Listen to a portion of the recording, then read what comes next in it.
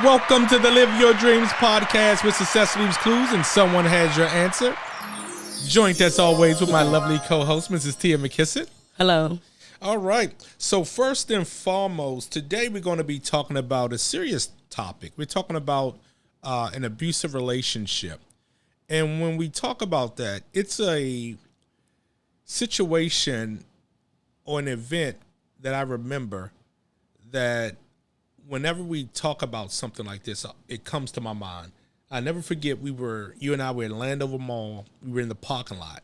And I think Landover Mall was coming to an end. You know, it was the death of Landover Mall at that time.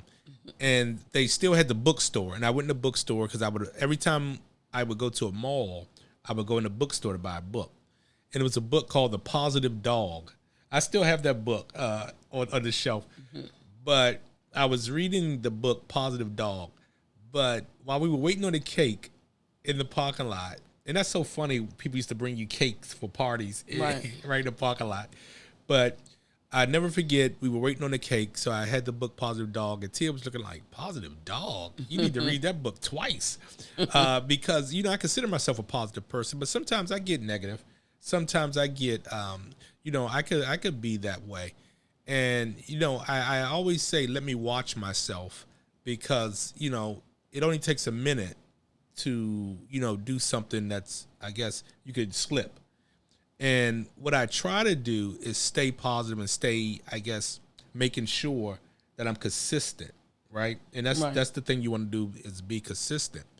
But when it comes to abusive relationship, and again, T and I, we're not psychologists or law enforcement. If you're in an abusive relationship, get help. But we're just talking about how you can be in an abusive relationship. And what it is that if it's consistent and it's every day, and if it's unbearable, that's an abusive relationship. We was watching a movie on abuse, and we saw a couple, they were fighting, and he ended up shooting his wife. Yeah, Fatal Attraction. I mean, I think that's probably our number one show. We watch Fatal Attraction almost every night, I think.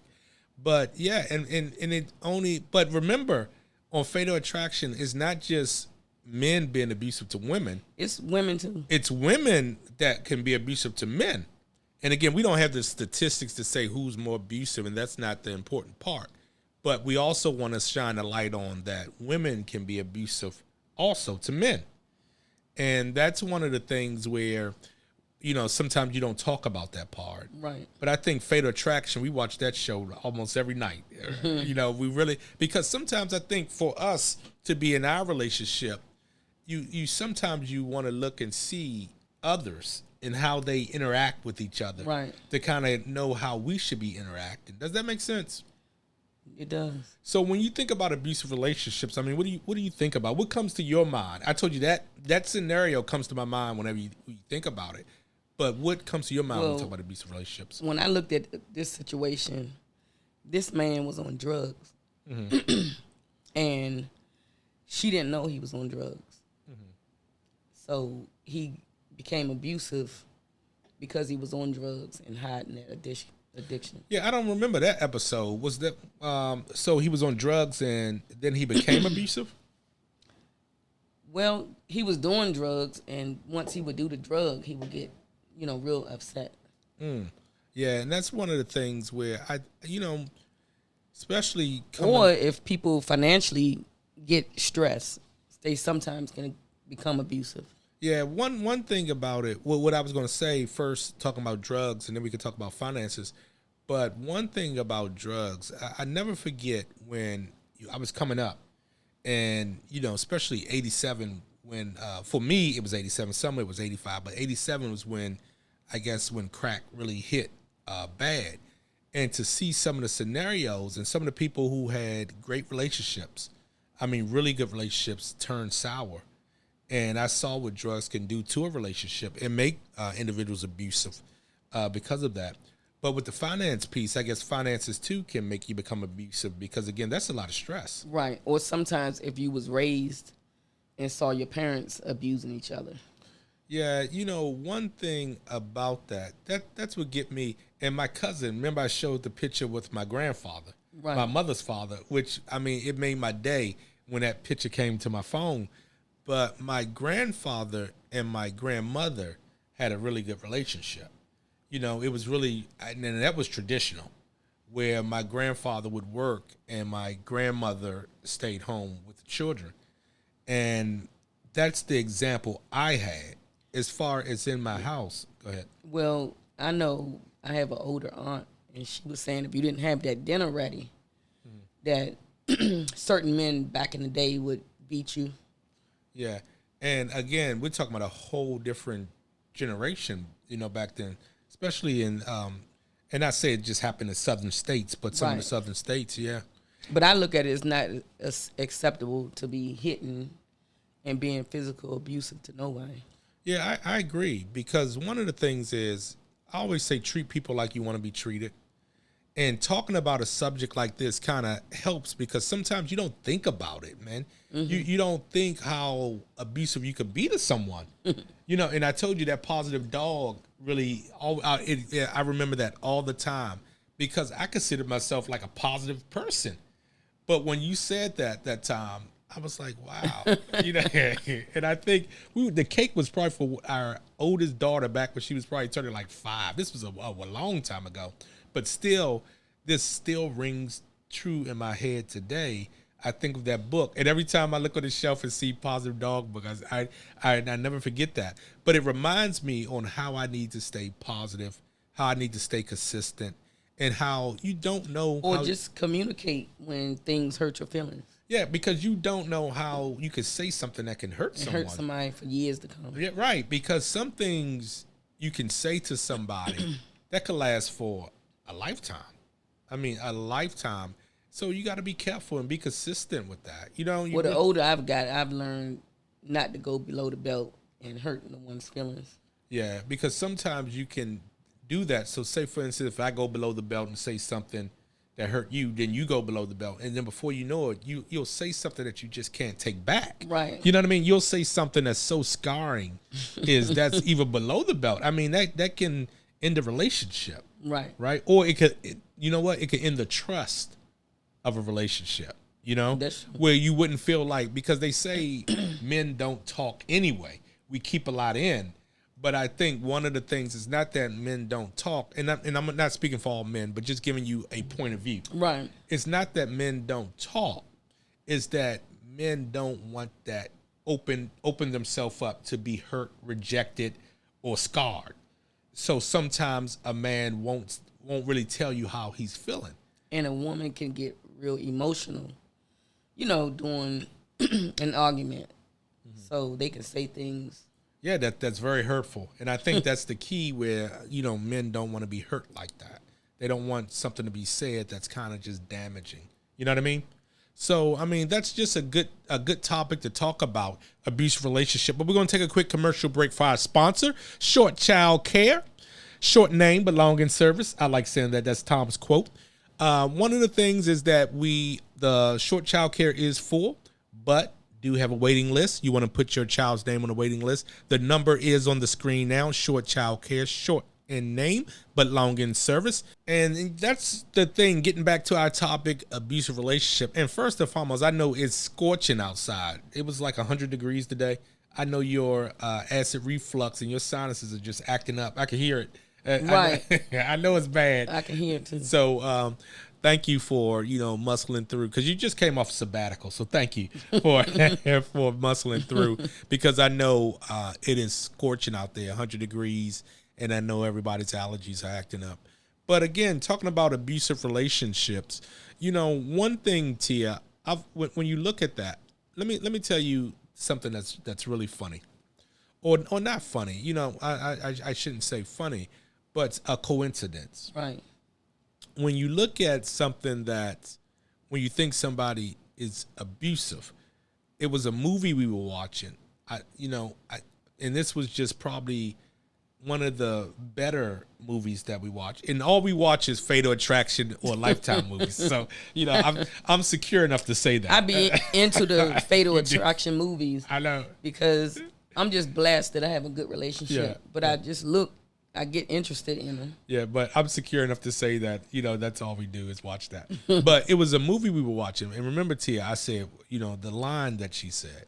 So it was, she was in an abusive relationship. Right, I remember. And the guy was changing his life. He was giving his, going to church. He really changed. I mean, he was abusive. Yeah, he did. Physically abusive, verbally abusive.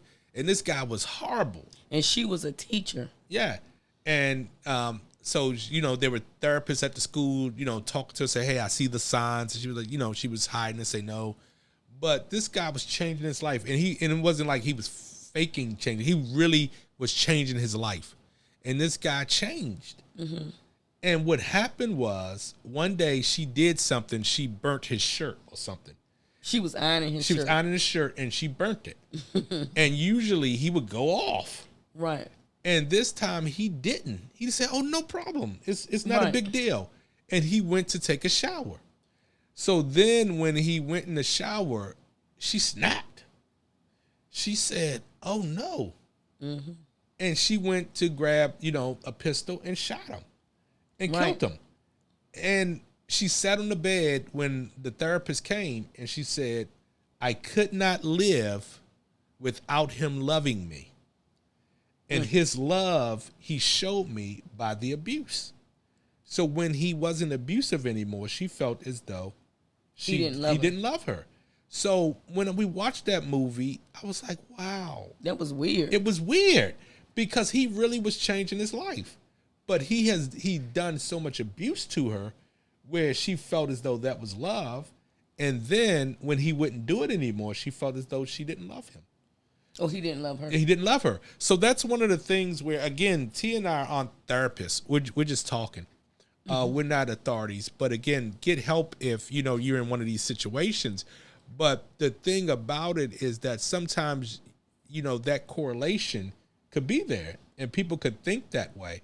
So again, if you think you're in an abusive relationship, get help. If you're uncomfortable in a relationship, get help. Because again, when you look at a relationship, I look to Tia as a safe place. Right. Somewhere I can go and be safe, not somewhere I go and if I open up, I'm going to be hurt. And again, I don't think no man wants to be, and again, I'm not speaking for all men, but I don't think no man wants to be hurt. Or no woman wants to be hurt. But I've noticed that women are more open to open up, especially about their feelings. Right. When men aren't, because again, they don't want to be hurt like that. So again, that abusive piece is important. The way you communicate with somebody is so important. Because again, you don't know, you could be scarring somebody for life. Right. And that's one of the things where you and I really work hard to communicate appropriately with each other so that we're not hurting each other or you use the great word, going below the belt. Because again, I just don't think that's the right thing to do. Right. Me either. And I think you helped me be more consistent with, if I'm going to be this positive guy, you helped me be more consistent with that. Because again, that's one of the things where I really enjoy that. So again, I think you need somebody to check you also, somebody to let you know when you're going off course. You know what I mean? Right. So that's one of the things, talking about abusive relationships. So ladies and gentlemen, again, these are some of the conversations that we have on Live Your Dreams podcast, because what we do, we just talk about life. Right, because even though you're living your dreams, life still happens. And I think that's one of the things, and that's what I try to tell our children. You think you want something in life, but when you get it, it just don't seem like what you thought it was going to be. Right. Right? You're like, I got this, and it's not what I thought it was going to be, because life still happens. And you have to realize, how do you deal with your day-to-day life? Because things just happen. Out of nowhere, things happen.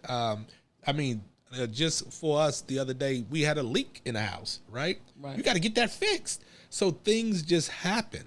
So you got to be prepared when things just happen. You know what I mean? Does that make sense? That's true. So that's one of the things. So in conclusion, how do you want to wrap that up, Tia?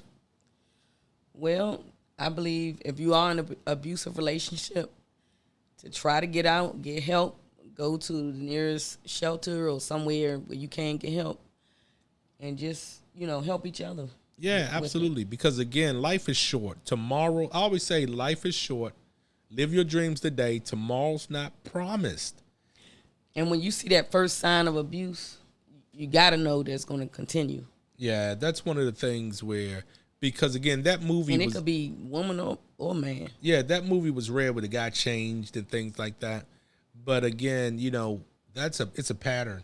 You know what I mean? It's definitely a pattern, and you definitely want to watch that, you know? And another thing, you know, cheating too can cause people to snap. Yeah, absolutely. Well, we watched that Fatal Attraction. and I think every scenario we seen on Fatal Attraction. And we seen how that just makes people trigger. And, you know, with the woman who her husband was cheating and she just snapped. You know, that's one of the things.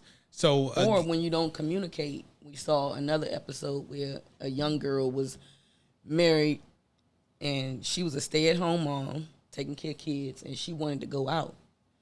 And her husband told her no, and when he said no, she stabbed him. Yeah. All these are like true stories. Yeah, these are true stories. They tell you the city it's in and all that. You know, we're going to start a Fatal Attraction call or something like that. But it's, these are true stories. It tells you the city they're in.